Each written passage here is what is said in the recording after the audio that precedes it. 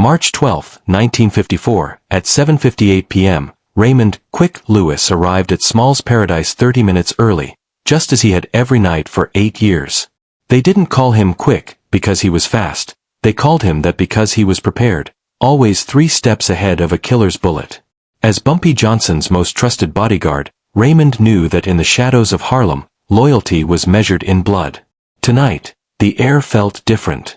His eyes locked onto a new waiter, Tommy Marciano, a man from the Bronx, deep in Genovese territory. Raymond's instincts, honed by years of survival, screamed that something was wrong. When the plates of steak finally arrived, Bumpy reached for his fork, but Raymond's hand shot out, stopping him cold. "Let me check it first," he insisted. It was standard protocol, the food taster's burden. He took a single bite of the steak meant for his boss, waiting for the familiar taste of a quiet night. Instead, he felt a searing fire ignite in his throat. This is the story of a man who ate his own death to save a king, and the brutal war of annihilation that followed. If you believe real loyalty is worth more than gold, hit that subscribe button right now and turn on notifications. You don't want to miss how the streets of Harlem stood still to honor a hero. March 12, 1954, began like any other Friday for Raymond "Quick" Lewis, but his instincts were screaming. He arrived at Small's Paradise exactly 30 minutes early, a habit that earned him his nickname because he was always prepared. For 8 years, Raymond had been Bumpy Johnson's shadow, keeping the Harlem kingpin alive through sheer vigilance. As he scanned the room, his eyes locked onto a new waiter named Tommy Marciano. The manager claimed Tommy had good references from the Bronx, but to Raymond, the Bronx meant only one thing: Genovese territory. Raymond's jaw tightened as he watched the newcomer move with a forced smoothness that felt entirely wrong. When Bumpy arrived with his wife Mamie at 8:14 p.m., Raymond took his post 3 feet behind them.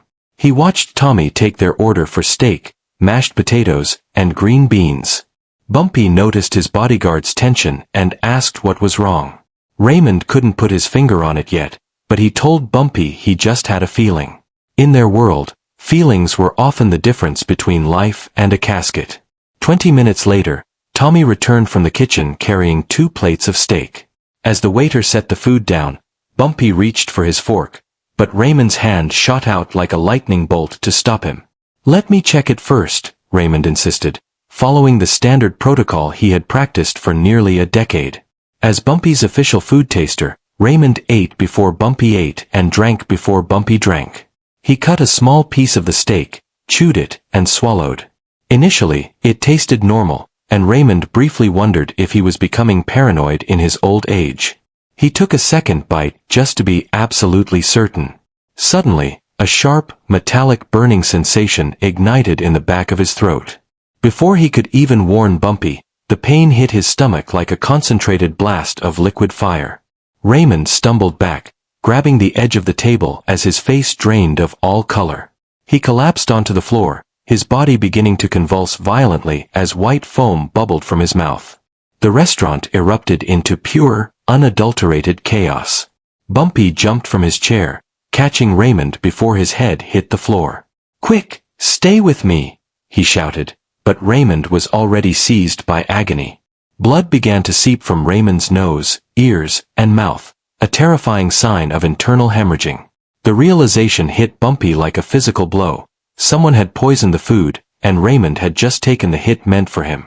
An ambulance arrived within 4 minutes, racing Raymond toward Harlem Hospital while Bumpy sat in the back, holding his friend's hand. In the emergency room, Dr. Morris Chen took one look at the symptoms: the seizures, the bleeding from multiple orifices, and the rapid organ failure. His face went grim as he delivered the diagnosis: a lethal cocktail of arsenic mixed with cyanide. The doctors worked frantically, pumping Raymond's stomach and administering activated charcoal, but the toxins had already entered his bloodstream. Bumpy stood outside the treatment room, forced to watch through a glass window as his most loyal protector fought a losing battle against a coward's invisible weapon. By 9:30 p.m., the prognosis was dire. The poison had ravaged Raymond's liver, kidneys, and heart. Bumpy was allowed inside for 5 minutes, sitting by the bed where Raymond lay surrounded by beeping machines. "You're not just my bodyguard, you're my brother," Bumpy whispered, pleading with him to fight. Raymond's eyes fluttered open briefly. In a voice barely above a whisper, he confirmed he knew the food was meant for Bumpy and that he was glad he did his job. Raymond's wife, Maria, arrived at the hospital 8 months pregnant and devastated. Seeing her, Bumpy felt the crushing weight of his responsibility. He knelt beside her and made a solemn vow. If Raymond didn't make it, Bumpy would take care of her and their children forever. Despite a brief moment of stabilization, Raymond's body finally gave out. At 4 a.m. on March 13, 1954, Raymond "Quick" Lewis passed away at age 32. Bumpy stood frozen as Maria's screams filled the hall, his grief transforming into a cold, hard resolve for vengeance. Bumpy walked out of the hospital at 5 a.m. to find his top enforcers, Junie and Willie, waiting for him. The news of Raymond's death hit them like smoke. Back at his house, Bumpy stood before 40 of his most loyal soldiers and declared a war of annihilation against Vito Genovese. "This isn't a territorial dispute, it's a blood debt," he told them. He gave his men a 48-hour deadline to burn the Genovese empire to the ground. The first strike hit at 10 a.m. Bumpy's men raided gambling houses in the Bronx, burned loan shark offices in Queens, and hijacked drug warehouses in Brooklyn. They even bombed Genovese's favorite restaurant to send a message. By noon, Genovese had lost $300,000 and several key men. Frank Costello tried to intervene, warning Genovese that he had made it personal by killing a man who was viewed as a hero in Harlem. Costello refused to protect Genovese, calling the use of poison "coward shit" that broke the rules of the underworld. While his empire burned, the man who physically delivered the poison was still at large. Bumpy's men eventually located Tommy Marciano hiding in a boarding house in the Bronx. They dragged him to a warehouse in Harlem, where Bumpy waited with a razor. Terrified and tied to a chair, Tommy initially tried to deny his involvement, but Bumpy's terrifying silence broke him quickly. Tommy confessed that Vito Genovese had paid him $10,000 to spike the steak with arsenic and cyanide. He claimed he didn't know someone would taste the food first, but Bumpy didn't care about his excuses. "Raymond has a pregnant wife and a 5-year-old son," Bumpy growled. Frank Costello eventually took custody of Tommy to record a formal confession for the commission. Bumpy visited Maria Lewis one last time before the final showdown, handing her $50,000 in cash to ensure her family was supported. Maria, consumed by her own grief, had only one request for the man her husband died for: make him suffer. Bumpy looked her in the eyes and promised he would. On March 14, 1954, an unprecedented meeting was called at a neutral warehouse in Queens. The heads of all 5 families sat at a table with Bumpy Johnson to decide Vito Genovese's fate.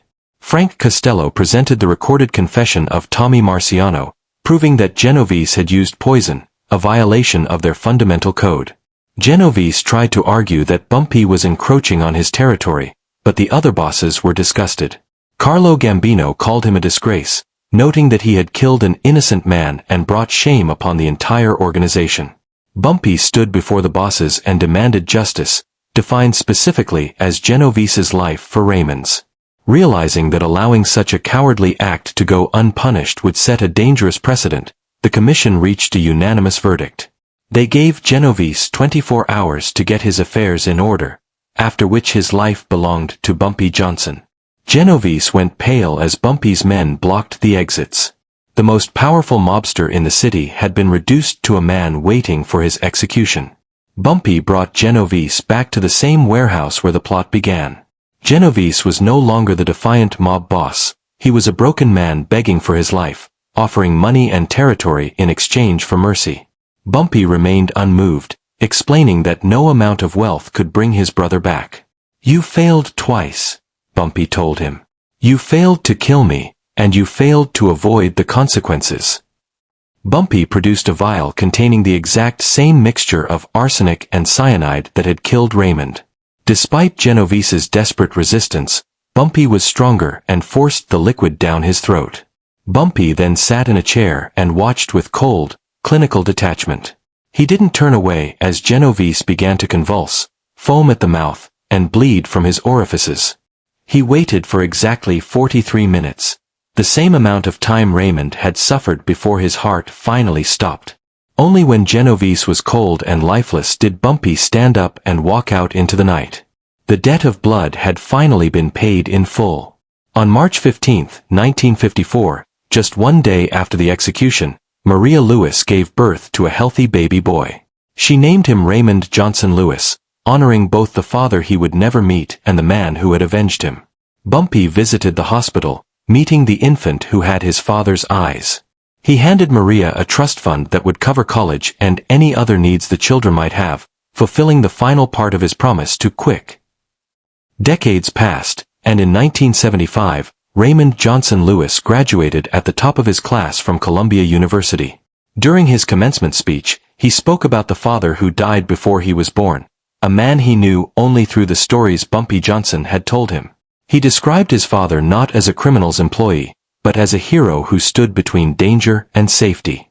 In the audience, a 70-year-old Bumpy sat with tears streaming down his face. He had spent 21 years honoring a sacrifice made over a single plate of steak. Loyalty, he realized, wasn't just words, it was a lifetime of action. The story of Raymond "Quick" Lewis and Bumpy Johnson serves as a stark reminder that in the underworld of 1950s Harlem, loyalty was the only currency that truly mattered.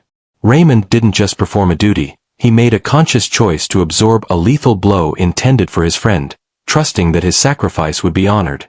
Bumpy Johnson, in turn, transformed his grief into a lifelong mission, ensuring that while the bodyguard was gone, his family would never want for anything. The story of Raymond "Quick" Lewis and Bumpy Johnson serves as a stark reminder that in the underworld of 1950s Harlem, loyalty was the only currency that truly mattered. Raymond didn't just perform a duty, he made a conscious choice to absorb a lethal blow intended for his friend, trusting that his sacrifice would be honored. Bumpy Johnson, in turn, transformed his grief into a lifelong mission, ensuring that while the bodyguard was gone, his family would never want for anything. This bond shifted the narrative from a simple mob war into a legendary tale of brotherhood. Raymond's legacy lived on through his son, who grew up knowing his father wasn't just a man behind a boss, but a hero who defined the true meaning of protection. If this story of ultimate sacrifice and a debt paid in blood moved you, we want to hear from you. Subscribe to the channel to never miss these deep dives into the forgotten history of the streets. Like this video if you believe that real friendship means protecting each other at any cost. Comment below, what would you have done in Bumpy's position? Would you have sought the same brand of justice, or would you have handled the fallout differently? Remember, loyalty isn't just words, it's action.